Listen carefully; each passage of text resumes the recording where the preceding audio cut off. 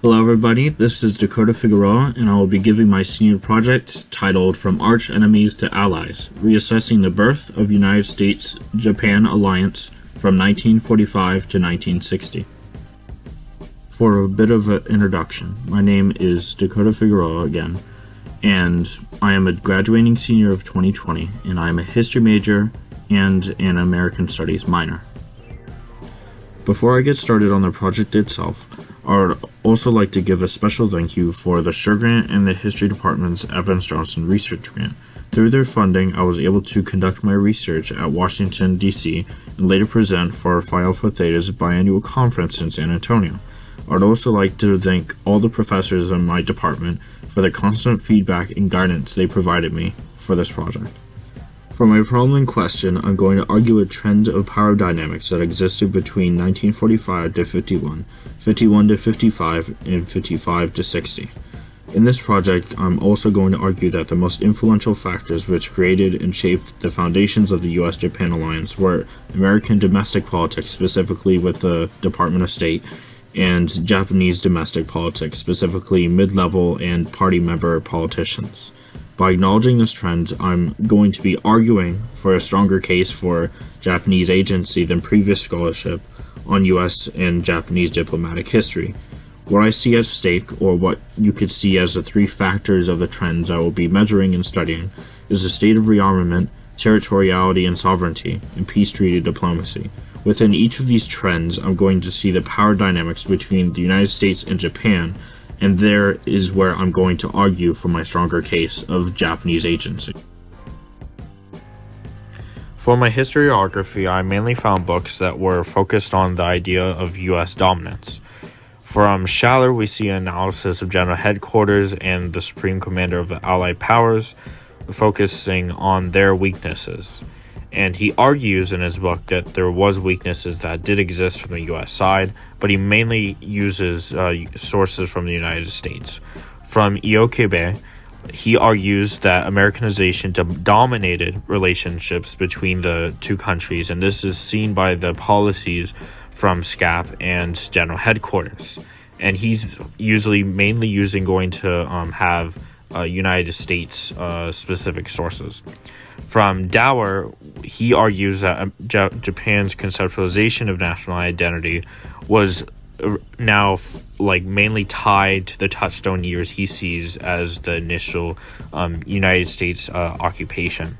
And then from another book I found from Sarantex, he has a specific idea that's still U.S. exclusive, but does illuminate some deeper interdepartmental dynamics between the Joint Chiefs Staff wanting to retain some islands for military strategy, while the Department of State wants to give these back to Japan because of the fact that this was kind of destroying the relationship between the United States and Japan at the time.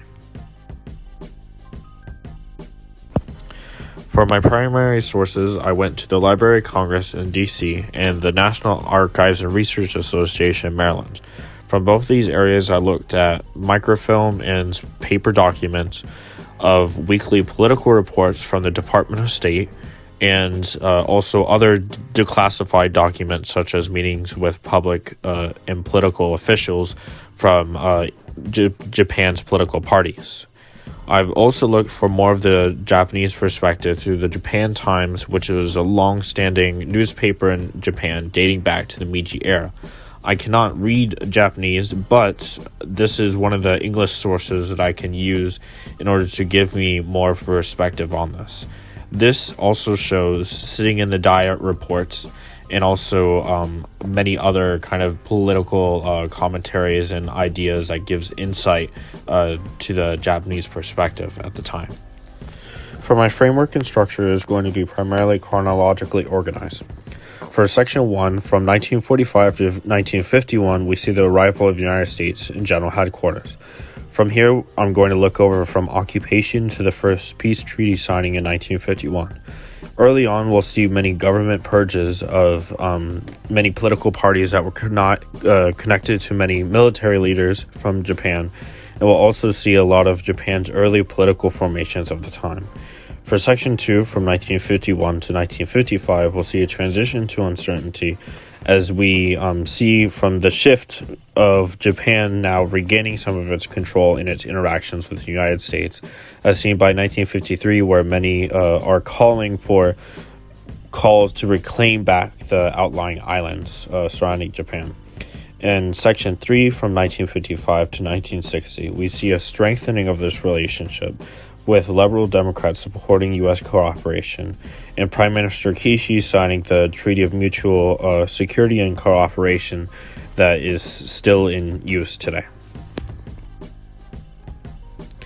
So for Section 1, we see the arrival of U.S. occupation from MacArthur General Headquarters and the purging of many Japanese politicians and Japanese planning by the United States from 1945 to 1951. So some early trends we see existing is early party formations. So from the conservative side, we see the Progressive Party, mostly from the Political Association of Great Japan, where we have, they were actually holding at the time 200 out of the 466 in the Diet because they were already standing there in the seats.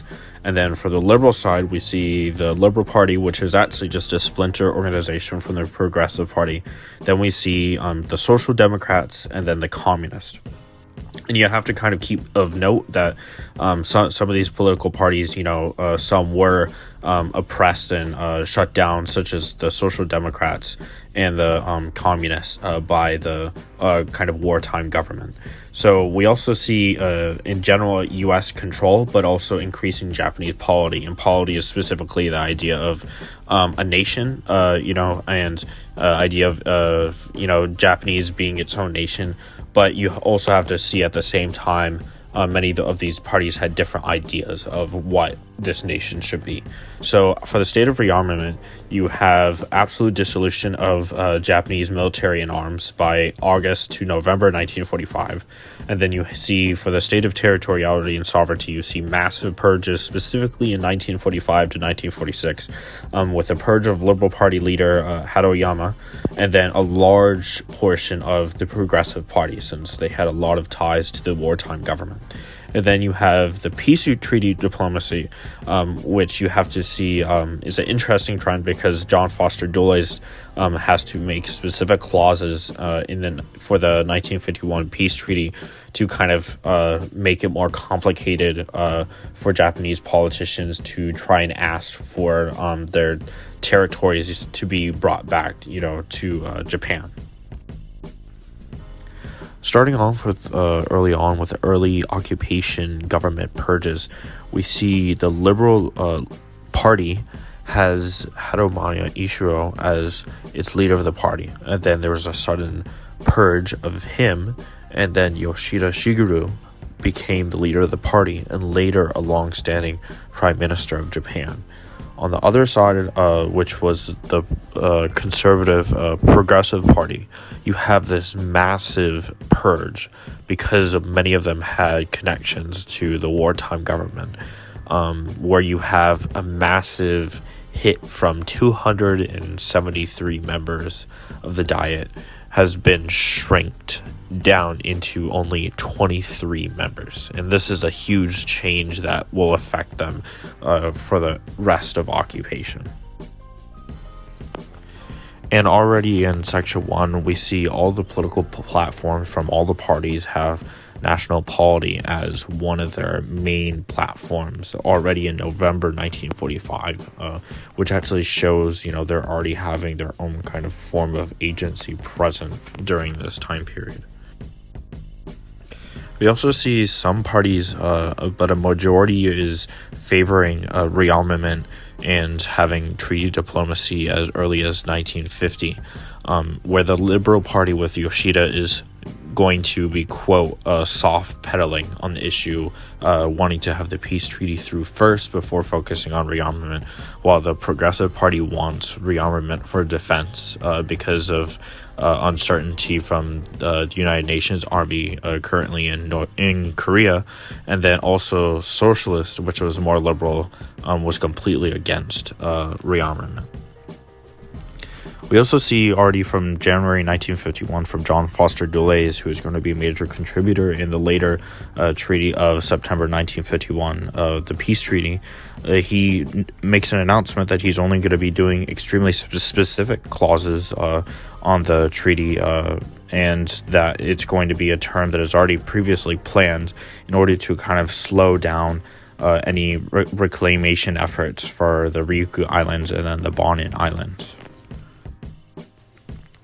So for Section 2, we see a transition to autonomy and some worries of U.S.-Japan relations amid the Cold War from 1951 to 1955, and some general trends we see coming off the heels of the September 8th, 1951 San Francisco Peace Treaty signed by Yoshida Shigeru. We see a National Security Council report from the United States 125-2 says that there's a concern with if Japan will actually help and assist the United States in fighting communism, or if they will possibly even remain neutral or take advantage of the situation from their point of view.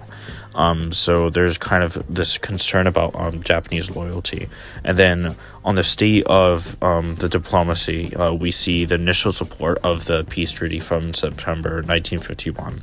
And then for sovereignty, we also see the Yoshida, a pro-American kind of person, sees his party starts declining as conservatives are slowly being depurged because occupation has ended and general headquarters has been abolished alongside the SCAP position with MacArthur. And then we also see for territoriality, some of these locations such as the Ryukyu and Bonin Islands are still held on to, and we had to see a lot of Japanese territorial protest in order to regain these islands. So from October 1953, we see some continued resistance and predictions of Prime Minister Yoshida and his party declining by other Japanese party leaders. We also see some conservative leaders released from occupation purges who are now depurged, are returning already back into the political realm. And these conservative leaders are usually mixed on U.S. relations, and they're generally pro-rearmament. For the state of territoriality by 1953, from a November 5th to 7th report from the Department of State, we see an overwhelming amount of support from all Japanese political parties to have a policy reversion of the territories that were now held by the United States at this time. At this point of time, we also see that all Japanese political parties also submit a resolution into the Diet calling for a protest to regain these islands that were remaining from the Ryukyus and Bonin Islands. We can also see from the state of territoriality that the Amami Islands is actually returned to Japan by the United States for the 1951 San Francisco Peace Treaty. From 1955 to 1960, there's a strengthening of U.S.-Japan relations during this period, but also at the same time there's some controversies as well, such as Prime Minister Kishi, who had former war relations because he was a leader in wartime Manchuria during wartime Japan. So at that same time of these controversies, you also see from the National Security Council Report 6008-1 that U.S. officials have a full confidence in Japan. At the same time, for my own research, there's far less political weekly reports happening during this time. There's actually a lot more of a primary shift into mainland Japan being more focused on political reports of specifically Okinawa and the Ryukyus and the ousting of Mayor Senga, and more of those focus on the territories surrounding Japan. For the state of rearmament, we're going to see the Japanese government with Prime Minister Kishi with the recently formed dominant Liberal Democratic Party from the May 22nd election, where they won 298 seats out of 467 seats, fully support U.S.-Japan security cooperation measures, but socialists will fully oppose these ideas. For the state of territoriality, there's a lot of interdepartmental conflicts between the debating between the Department of State and the Joint Chiefs Staff of advising what President Eisenhower should do. So at this point of time, President Eisenhower simply makes a statement that they plan to rule the Ryukyus indefinitely, as he originally wanted to have forms of military enclaves, but a lot of Joint Chiefs Staff had reports that were either faulty or not going to the fullest length in order to kind of serve their own interest, as the Joint Chiefs Staff saw it as an imperative in order to kind of hold on to those territories in order to have an advantageous jumping off field if something was to happen, as they could see during the Cold War, while the Department of State, on the other hand, was the complete opposite, because they saw that the United States only holding on to these territories of Japan would only continue to sour relations in the long term.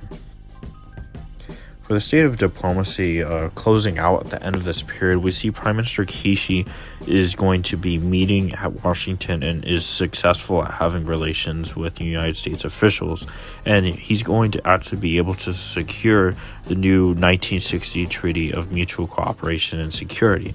This is actually going to be a more fair treaty that he's able to secure, but because of this treaty, at the same time, he's going to be forced to resign, because back at mainland Japan, there's a lot of opposition from the Japanese Socialist Party, and so much controversy along with what Prime Minister Kishi already had at the time. He would be forced to then just resign because of just how much controversy he had as a previous having wartime relations, and then now this pushback combined with that at the same time.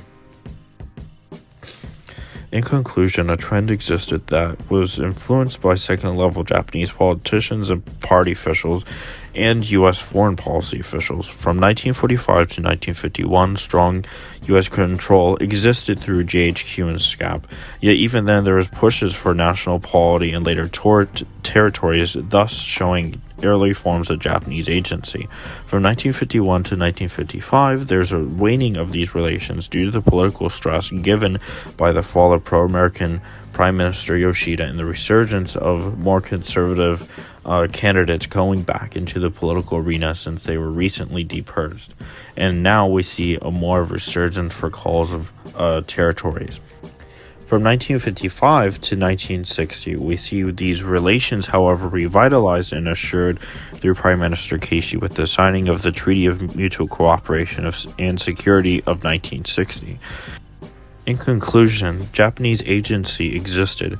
Contrary to popular historiography, it existed already in early political formations from 1945 to 1946.